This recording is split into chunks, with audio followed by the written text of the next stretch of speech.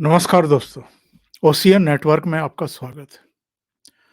गुजरात में भारतीय जनता पार्टी पिछले 27 साल से सत्ता में है। किसी और पार्टी को गुजरात की जनता चुन ही नहीं रही है, सेवा का अवसर ही नहीं दे रही है। केंद्र में भी भारतीय जनता पार्टी की सरकार साढ़े 8 साल से है और केवल केंद्र और गुजरात की बात नहीं है। देश के 16-17 राज्यों में भारतीय जनता पार्टी है, गवर्न कर रही है, कर चुकी है। इससे भी अधिक राज्यों में कर चुकी है, जहां अब दूसरे दलों की सरकारें हैं। इनमें छत्तीसगढ़ भी है, राजस्थान भी है। इसके बावजूद कि जो देश का आम जनमानस है, वो भारतीय जनता पार्टी के प्रति अपना विश्वास निरंतर जाहिर कर रहा है और जो सो कॉल्ड आपके लिबरल्स हैं, वो अलग-अलग रूपों में हैं, अलग-अलग जगह पर। वो जिस तरह का राग अलापते रहते हैं भारतीय जनता पार्टी के बारे में, आरएसएस के बारे में, बीजेपी की लीडरशिप के बारे में, गुजरात दंगों को लेकर के, उसको आम भारतीय रिजेक्ट करता रहा है और इसे महज एक प्रोपेगेंडा मानता रहा है। जनता की बहुत स्पष्ट राय जाहिर करने के बावजूद अगर ये प्रोपेगेंडा बंद नहीं हो रहा है, खत्म नहीं हो रहा है, तो आप इस बात का सहज अनुमान लगा सकते हैं कि इन लोगों को कहाँ से खाद पानी मिलता है और ये एक्चुअल में चाहते क्या हैं। ये हम आप सब जानते हैं। अब तो देश विदेश भी जान चुका है। गुजरात दंगों को लेकर के जितनी भी कमेटियां बनी, एसआईटी बनी, आयोग बने हैं, किसी ने भी तो ये नहीं कहा है कि मुख्यमंत्री रहते हुए नरेंद्र मोदी ने कोई कोताही बरती थी दंगों को काबू में करने के लिए, या किसी तरह का कोई पक्षपात किया था, या जिस तरह का प्रोपेगेंडा फैलाया गया था उस तरह की कोई बात थी। इसके बावजूद अगर अभी तक भी बहुत सारे लोगों के दिमाग में केवल और केवल वही चीज भरी हुई है कि साहब गुजरात में नरसंहार हुआ, मुख्यमंत्री रहते हुए नरेंद्र मोदी ने ढील दी, या अमित शाह की कोई भूमिका थी, या कुछ दूसरे लोगों की कोई भूमिका थी, तो इसका कोई उपचार हो नहीं रहा है, किया नहीं जा रहा है। अमित शाह गुजरात में विधानसभा के चुनाव प्रचार के सिलसिले में मौजूद हैं। प्रधानमंत्री नरेंद्र मोदी भी आ जा रहे हैं, एक-एक दिन में 4-4 सभाएँ कर रहे हैं। इन दोनों नेताओं को ये अच्छे तरीके से पता है कि गुजरात में फिर से भारतीय जनता पार्टी की सरकार ही आने जा रही है।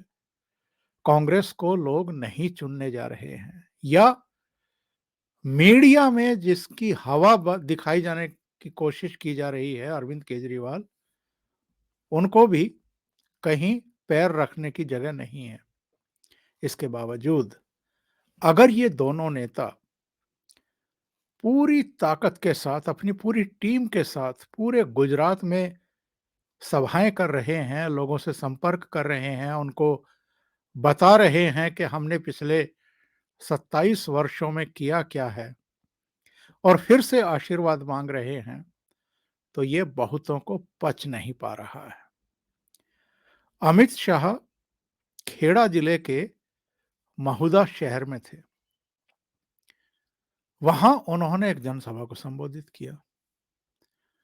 जो कुछ उन्होंने कहा, उनके उस कथन को किस तरीके से प्रोपेगेंडा चलाने वालों ने इस्तेमाल किया तोड़ मरोड़ करके, ये इस बात का श्रेष्ठ उदाहरण है कि अमित शाह या नरेंद्र मोदी गुजरात दंगों को लेकर के 2002 में जो घटनाक्रम हुआ था, उसको लेकर के जब भी कोई बात कहते हैं, तो उसको कैसे नमक मिर्च मसाला लगा करके गलत तरीके से एलोबरेट करने की कोशिश होती है और इनको बदनाम करने की साजिशें रची जाती हैं। पहले अमित शाह का जरा वो भाषण का अंश सुनिए, जिसको तोड़ मरोड़ करके पेश किया गया और एनडीटीवी जो इन सब का सिरमौर रहा है 2002 के दंगों के बाद से ही, उसने भी अपने पोर्टल पर किस तरह अलग-अलग समय पर 3 स्टेटमेंट डाले और अलग तरीके से डाले, वो भी मैं आपको दिखाने वाला हूं। लेकिन पहले जरा अमित शाह का भाषण का वो अंश सुनिए, जो बात उन्होंने एक्चुअल में गुजरात दंगों के बारे में कही थी। क्या कहा था उन्होंने, जरा समग्रता में सुनिए। એવું કોઈ રાજ્ય બન્યું હોય તો મારું ને તમારું ગુજરાત બન્યું છે ભાઈ. આ 2002 માં शुरू से सुनिए जरा। ક્યાંય કર્ફ્યુ ના નાખવો પડે એવું કોઈ રાજ્ય બન્યું હોય તો મારું ને તમારું ગુજરાત બન્યું છે ભાઈ. આ 2002 માં કોંગ્રેસિયાઓએ આદત પાડી હતી એટલે રમખાણ થયા હતા. પણ 2002 માં એવો પાઠ શીખવાડ્યો કે ખોડ ભૂલી ગયા. 2002 થી 22 સુધી નામ ના લે સાહેબ. ગુજરાતની અંદર કોમી હુલ્લડો કરવા વાળાને કડક હાથે પગલા ભરી ગુજરાતની ભારતીય જનતા પાર્ટીની સરકારે ગુજરાતમાં અખંડ શાંતિની સ્થાપના કરી છે. મિત્રો, क्या कहा अमित शाह ने? बड़ी सीधी सी बात कही। उन्होंने कहा कि गुजरात में सांप्रदायिक दंगे करने वालों के खिलाफ कार्रवाई करके गुजरात की भाजपा सरकार ने गुजरात में अखंड शांति की स्थापना की। उन्होंने किसी कम्युनिटी का नाम नहीं लिया, इधर की या उधर की बात नहीं की। उन्होंने सिर्फ और सिर्फ सांप्रदायिक दंगा करने वालों के खिलाफ कड़ी कार्रवाई की बात की। और उनकी भाषा, उनके भाषण में जो भाषा है, जो तथ्य है, बिल्कुल स्पष्ट है और कोई भी उसको समझ सकता है। उन्होंने ये कहा कि साल 2002 से पहले कांग्रेस दंगाइयों का समर्थन करती थी, जिसके कारण गुजरात में पहले हर समय कहीं ना कहीं दंगे होते रहते थे और कर्फ्यू लगाना पड़ता था। और उन्होंने उस दौर के जो कुख्यात डॉन थे, इज्जू शेख, पीरजादा, लतीफ, उनको भी याद किया और कहा कि अब ऐसे लोग कहीं दिखाई नहीं देते हैं। उन्होंने ये स्पष्ट तौर पर कांग्रेस का नाम लेते हुए कहा, जिसको एनडीटीवी गोल कर गया। उन्होंने कहा कि 2002 में कांग्रेसियों की आदत के कारण दंगे हुए, लेकिन भाजपा सरकार ने दंगाइयों के खिलाफ कड़ी कार्रवाई की, जिसके बाद आज तक वहां दंगे नहीं हुए और गुजरात में अस्थायी शांति बहाल हुई। उन्होंने दंगाइयों का नाम लिया, किसी कम्युनिटी का नाम नहीं लिया, लेकिन सोशल मीडिया पर और जो कांग्रेसी हैं और जो कांग्रेस और वामपंथियों की विचारधारा और प्रोपेगेंडा से प्रेरित हैं, उन्होंने सोशल मीडिया पर दंगाइयों के खिलाफ, यानी मुस्लिमों के खिलाफ कार्रवाई के तौर पर प्रचारित करके इसे प्रोपेगेंडा के रूप में फिर से शुरू कर दिया। और इससे ये साफ होता है कि 2002 से लेकर के और 2022 तक देश में, विदेश में लुटियन मीडिया के जरिए, जो इनका इकोसिस्टम है, उसके जरिए किस तरीके से अमित शाह को, गुजरात को, नरेंद्र मोदी को, गुजरातियों को, हिंदुओं को बदनाम करने की कोशिश की गई है।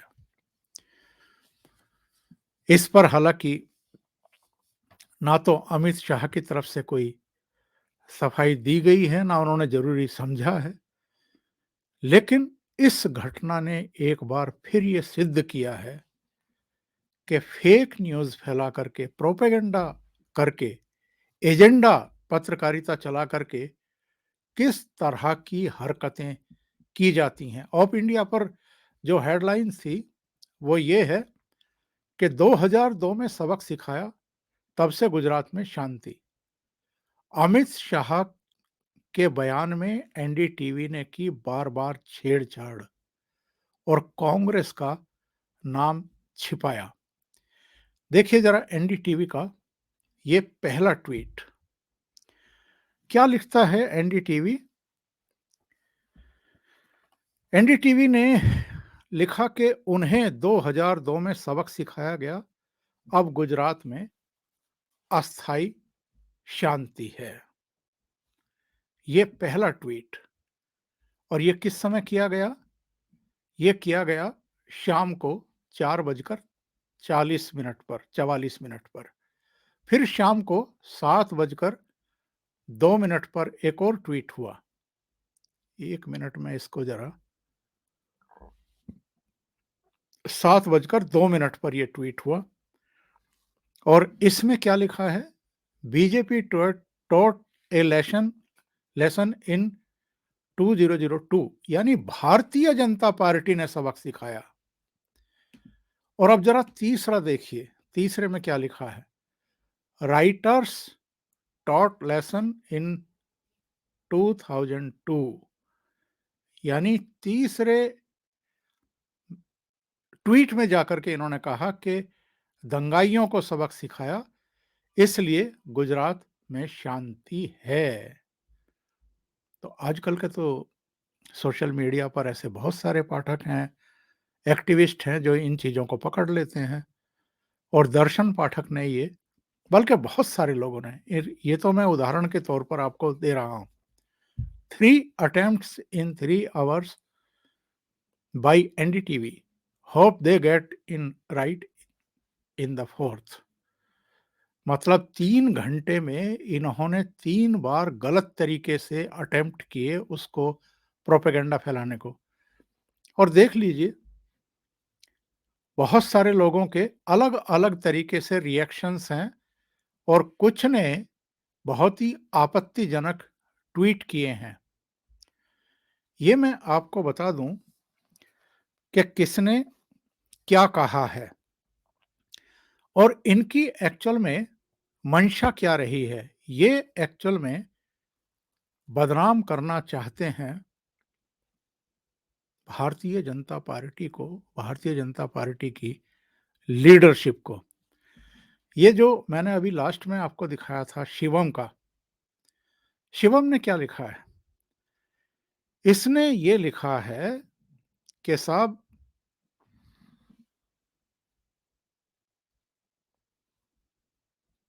भारत के गृह मंत्री ने 2002 के मुस्लिम नरसंहार का महिमा मंडन कर रहे हैं।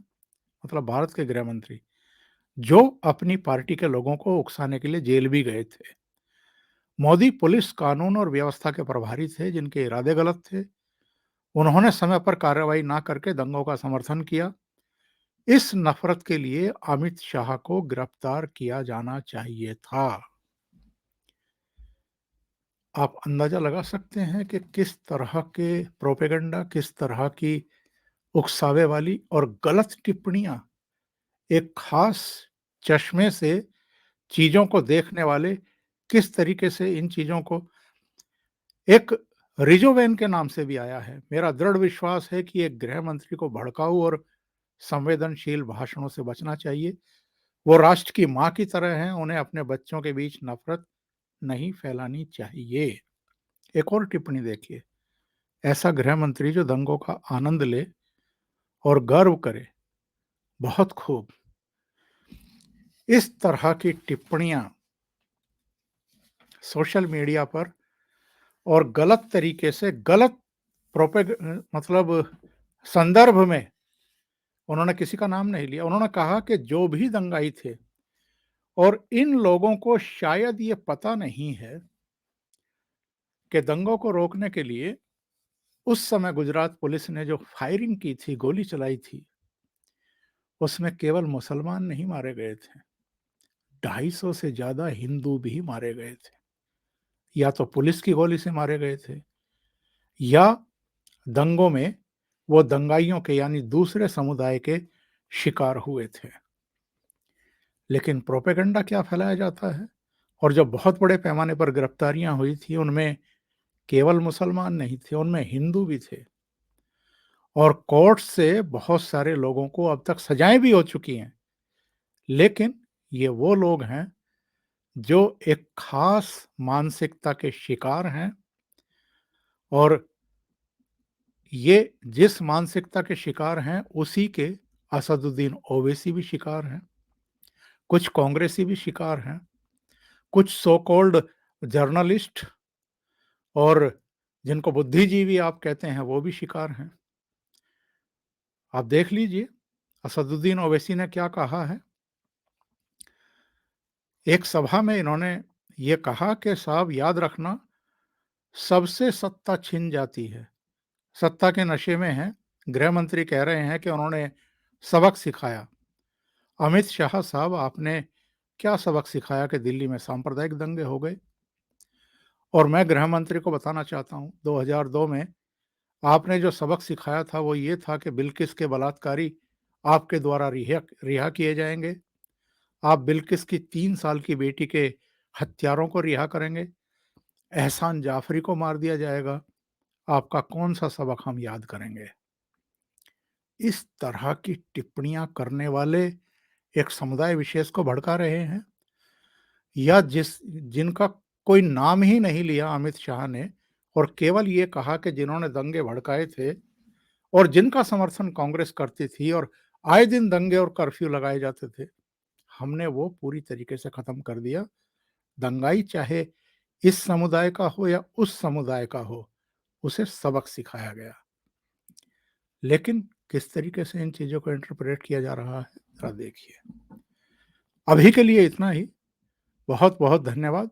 अगर आपको ये चैनल और इसके कंटेंट पसंद आ रहे हैं तो लाइक करें, कमेंट करें, वीडियो को शेयर भी करें।